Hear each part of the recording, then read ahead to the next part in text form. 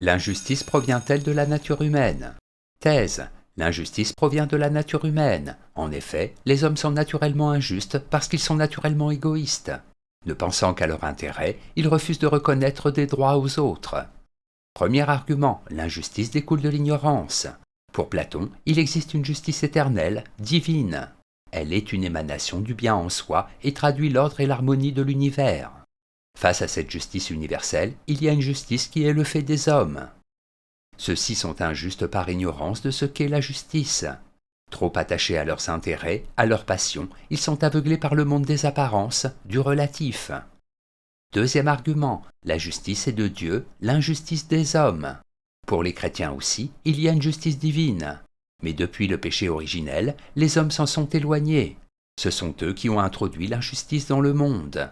La justice divine sera toutefois rétablie à la fin des temps, le jour du jugement dernier. Alors les hommes seront jugés, les justes iront au paradis, et les autres auront un sort moins enviable. Troisième argument, les hommes décident de ce qui est injuste. Hobbes se dit, de même que la faute et la soumission, la justice et l'injustice ne sauraient se concevoir que dans un état. Contrairement à Platon, il pense que la justice n'existe pas en soi, mais qu'elle est une convention sur laquelle les hommes se mettent d'accord par instinct de conservation. La notion de justice peut aussi varier d'un pays à l'autre. La nature, en soi, est neutre. Ce sont les hommes qui sanctionnent ou tolèrent l'injustice. En bref, l'injustice est divine, éternelle. Ce sont les hommes qui sont responsables de l'injustice, car ils sont incapables de voir le vrai bien. Antithèse, l'injustice ne provient pas de la nature humaine. En effet, l'injustice provient de la nature qui a fait les hommes inégaux.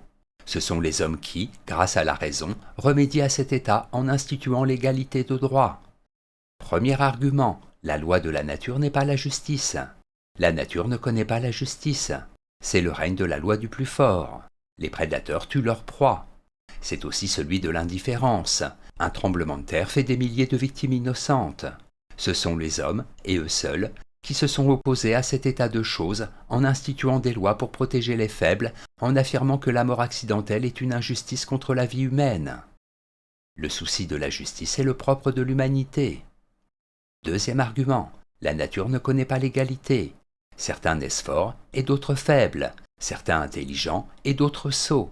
La nature ne connaît pas l'égalité. Or l'égalité est le fondement de la justice. Tant que les puissants régnaient sur les faibles en vertu de leur naissance, les hommes vivaient dans une société injuste, pas très éloignée, en fin de compte, de l'état de nature. La démocratie a instauré une vraie justice en proclamant que tous les hommes sont égaux. Troisième argument, la justice est une exigence de la raison. Après Auschwitz, Hans Jonas s'est demandé « Quel Dieu a pu laisser faire cela ?» Le concept de justice divine ou de justice immanente est sérieusement mis à mal par de telles horreurs. Si Dieu ou la nature tolère l'injustice, alors il appartient aux hommes de fonder la justice afin que l'humanité ne disparaisse pas. C'est une exigence de la raison humaine. En bref, l'injustice ne provient pas des hommes, mais de la nature. Ce sont les hommes qui, selon les exigences de la raison, établissent le droit et garantissent la justice.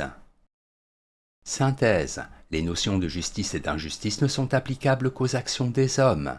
Sauf pour un croyant, il n'y a pas de justice universelle, de justice dans la nature.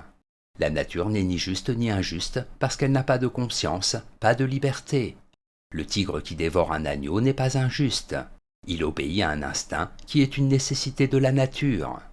L'injustice, comme la justice, provient donc de l'homme uniquement. L'homme seul, en effet, est doué de conscience et de raison, est libre de choisir entre différentes manières possibles d'agir. Lui seul est capable de se mettre à la place de son semblable et de lui reconnaître des droits qui peuvent prévaloir sur son intérêt égoïste. Lui seul, en effet, a le sentiment de la justice. Notes et commentaires. Hans Jonas, philosophe allemand d'origine juive. 1903-1993. Il quitte l'Allemagne en 1933 pour l'Angleterre, puis Israël. Pendant la Seconde Guerre mondiale, il s'engage dans l'armée britannique. Après la guerre, il est professeur d'université au Canada, puis aux États-Unis. Son ouvrage le plus connu est Le principe de responsabilité, 1979, dans lequel il tente de refonder l'éthique sur la responsabilité humaine. Citation. Il y a une justice et une injustice dont tous les hommes ont comme une divination et dont le sentiment leur est naturel et commun, même lorsqu'il n'existe entre eux aucune communauté ni aucun contrat. Aristote, Rhétorique.